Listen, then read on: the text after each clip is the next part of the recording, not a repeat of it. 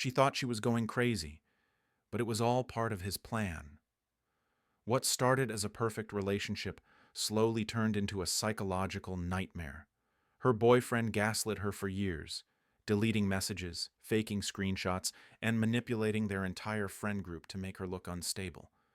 But when she uncovered the truth and took him to court, everything changed. I never thought I'd be the kind of person who ends up sharing their personal drama online, but here I am. My husband, David, and I have been married for 9 years. Not a perfect marriage, no one's is, but we were solid. Or so I thought. A few years ago, we hit a rough patch after I had a miscarriage.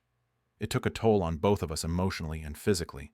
I spiraled into depression, and David, well, he just pulled away. Eventually, I suggested couples therapy. He agreed, reluctantly. I thought we were making progress. For the past 8 months, we've had weekly sessions with a licensed therapist. I opened up in ways I never thought I would. I shared childhood traumas, intimate fears, confessions about how alone I felt, how unseen I'd been, all in that supposedly safe space. Last week, everything came crashing down. I was using David's laptop to send an email when I noticed a folder on the desktop labeled Progress. It was oddly named and out of place. David isn't the type to organize things. I opened it. Inside were dozens of audio files. My stomach dropped when I clicked on one. It was my voice, from therapy. He'd been secretly recording all of our sessions, every single one. But it gets worse. There was a subfolder labeled Arguments. He had edited clips, some of me crying, some of me venting, some clearly taken out of context, and had labeled them things like emotional instability, rage episode, and manipulative behavior. At that point, I was shaking. I scrolled further and saw emails he had sent to himself, legal articles about building a case for emotional neglect, custody strategy notes, even a draft of a message to a divorce lawyer, complete with selected evidence. I confronted him that night. At first, he denied everything. When I told him I had listened to the files, his face turned cold, completely flat. He said, "I had to protect myself. You're unpredictable." I asked him why he didn't just talk to me. Why go behind my back like that? He said, "Because you lie to yourself and to me. I needed the truth on record." The way he said it, on record, made my blood run cold. This wasn't a man trying to fix our marriage. This was a man building a case against me the whole time I thought we were healing. I've since moved out. I'm staying with my sister for now. I haven't told many people, not even my parents. Our therapist was horrified when I told her. She said she'd be reporting it to the licensing board. Now I'm trying to piece together what was real and what was just a performance. Was he ever trying? Did he ever love me after the miscarriage? Or was I just a future opponent in some legal battle he was preparing for? There are still so many questions. Like, has he shared those clips with anyone? Did he plan to use them in court? How long has he been manipulating me like this? And worst of all, how do I trust anyone again after this? I didn't sleep the night I found those recordings. I just lay on my sister's couch, my mind racing, heart pounding. Every shared laugh, every hug, every tear in therapy, all of it now felt contaminated. Like I'd been baring my soul to someone holding a hidden microphone under the table. But what I found the next day made everything worse. Way worse. I went back to David's laptop. He hadn't changed any passwords yet. I opened the Notes app, and my hands started to shake as I scrolled through what looked like a personal journal, except it wasn't about his thoughts or his day-to-day. It was about me. Each entry was time-stamped. Some even had tags like Session 12, Anger Trigger, or Build Case for Instability. It read like a psychological profile. Cold, methodical. He'd been documenting my reactions, noting when I cried, when I hesitated, even how many seconds of silence I left before responding to the therapist's questions. And then there was a note labeled Optimal Narrative for Custody Positioning. In it, he detailed a fake timeline, one where I had become erratic after my miscarriage, isolated him, refused intimacy, and lashed out. There was even a section where he suggested encouraging me to escalate emotionally in session so that I'd confirm the instability in a neutral setting. I wanted to throw up. This wasn't a man trying to survive a toxic relationship. This was someone orchestrating one. I copied everything, all the recordings, all the notes, onto an external drive. I didn't know what I'd do with it yet. I just knew I needed evidence too now. Because if he was willing to go this far, I didn't feel safe anymore. That night I received a text from him. "Hope you're feeling better. I think we both said things we regret. Let me know when you're ready to talk like adults." Like adults. He knew I'd found the folder. He knew I'd left. And now he wanted to gaslight me into thinking I had overreacted. I didn't reply. Instead, I contacted a lawyer the next morning. When I told her everything, the recordings, the notes, the manipulation, she paused and said, "We're not dealing with just divorce here. This borders on coercive control and invasion of privacy." And then she asked a question that still echoes in my head. "Are you sure you're safe staying in the same city as him right now?" So now I'm considering leaving altogether. Job, apartment, everything. Because the man I married isn't just trying to win a custody battle. He's rewriting our history and painting me as the villain in a story where he's the victim, and I'm terrified of what his next move might be. It's been a week since I met with the lawyer. I've been staying with my sister, trying to stay low. David keeps texting me, "We need to talk." This is all a huge misunderstanding, and my personal favorite, "You're spiraling again. Please stop making this into something it's not." Gaslighting 101. I wasn't planning on responding. But then an email popped up. It was from our couple's therapist. Well, her office assistant, actually. The subject line was routine. Upcoming appointment confirmation. But when I opened it, the body of the message was blank, except at the bottom, there was an accidental forward. From David. He had emailed our therapist earlier that morning, and he must not have realized the assistant included his entire original message in the chain when confirming the upcoming appointment. Here's what he wrote. "I'm hoping we can continue to guide her gently into recognizing her own instability. The more she hears it from a neutral party, the better for long-term resolution. Let me know if you'd be open to a brief call to discuss framing strategies for the next session." I read it 3 times. Framing strategies. He was coaching the therapist behind my back, trying to shape how she perceived me, probably explaining my emotional triggers, feeding her a version of events tailored to make me look unbalanced, so that anything I said in session could be dismissed as irrational. My hands were shaking again, but this time it wasn't fear. It was rage. I forwarded the email to my lawyer immediately. She responded in less than an hour. This constitutes a serious breach of ethics on the therapist's part. If she was communicating privately with your husband about shaping sessions, that's malpractice. She's filing a formal complaint with the licensing board, and she told me we now have even stronger grounds to claim coercive control and potentially seek a restraining order. But that's not even the end of it. Because when I searched David's email, yes, I still had access, I found something even darker. A Dropbox link, labeled Shared Witness Material. Inside were 6 video files, recordings, of me, sitting in therapy, crying, talking about the miscarriage, talking about my shame, my confusion, my lowest moments. I clicked one. I could hear myself on screen saying, "Sometimes I feel like I'm not enough. Like if I were stronger, maybe the baby would have." I paused it there. There was a second Dropbox folder, shared with a username I didn't recognize. I Googled it.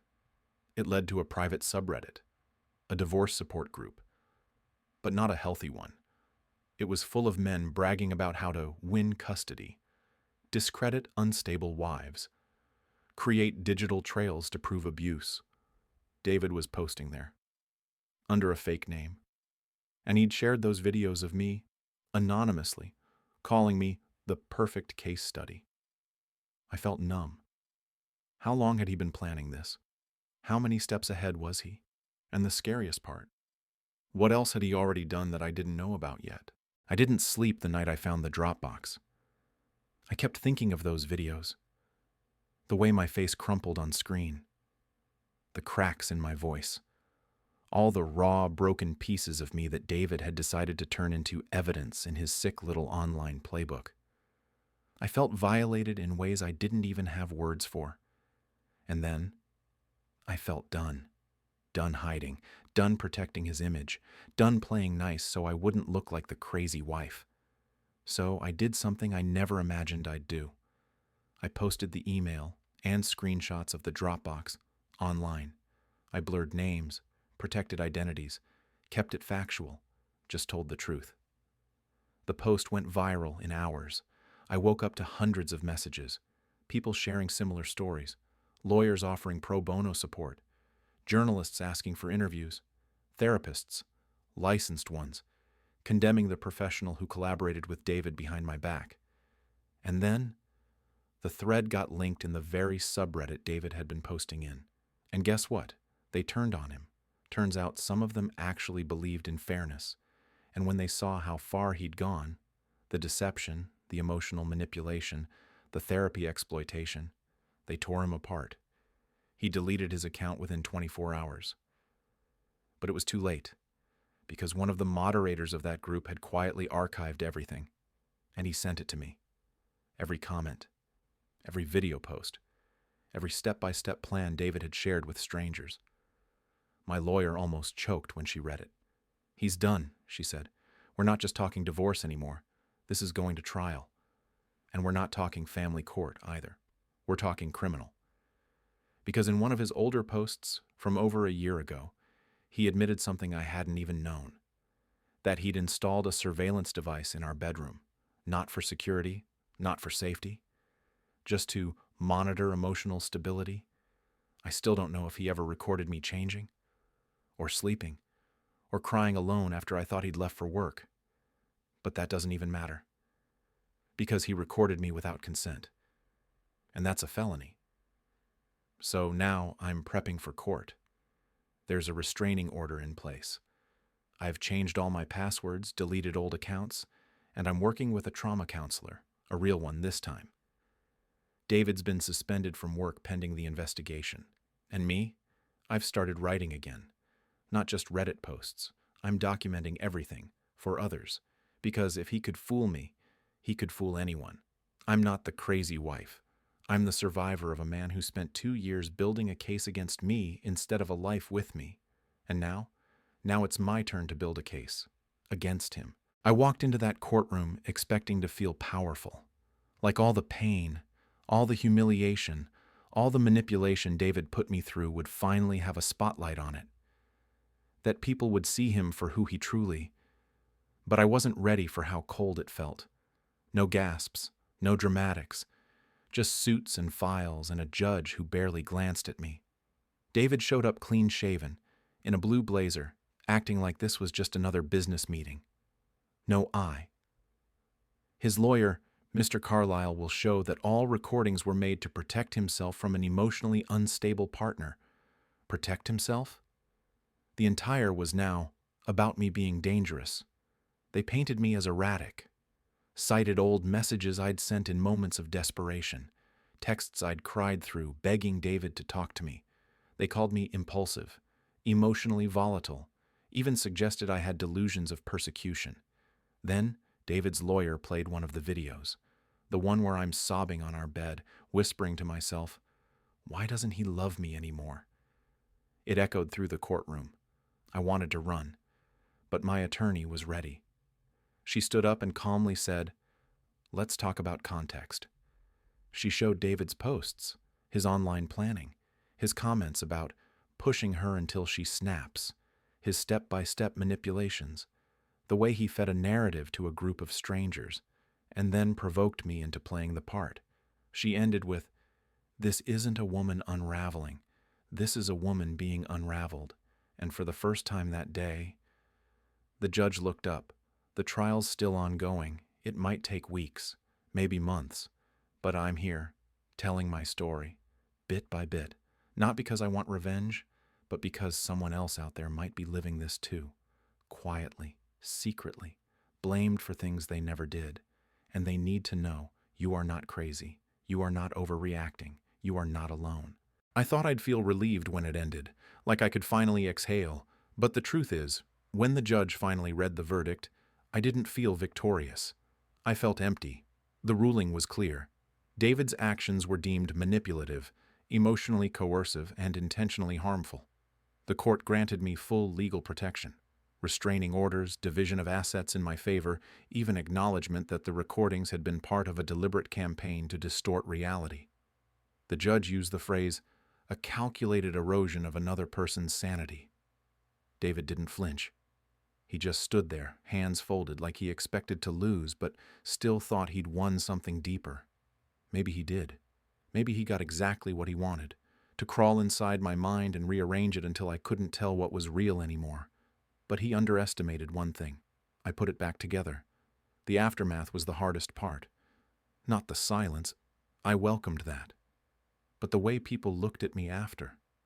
Like I was fragile. Like I was the girl who went through that thing. Even friends didn't know what to say. And strangers. Don't even get me started on what it felt like to see my face on an awareness post online. As if I was some cautionary tale. But one night I got a message from someone I didn't know. It just said, "Your story saved me." I thought I was the only one. And suddenly, all the shame, all the exposure, all the nights I regretted ever speaking out, it felt worth it. David faded. He lost his job. His online circle turned on him the moment his screenshots went public. His smug little mask cracked when his name was attached to the term digital gaslighting. He tried reaching out once. Just a text. "Can we talk?" I didn't respond. Because the answer is no. We already talked. For years. While I screamed and cried and begged to be seen. And he just watched. Now? I talk to people who actually listen. I sleep without clutching my phone. I stand in the mirror and see me again, not the version he twisted. This isn't the end of the story, but it is the end of his chapter in it.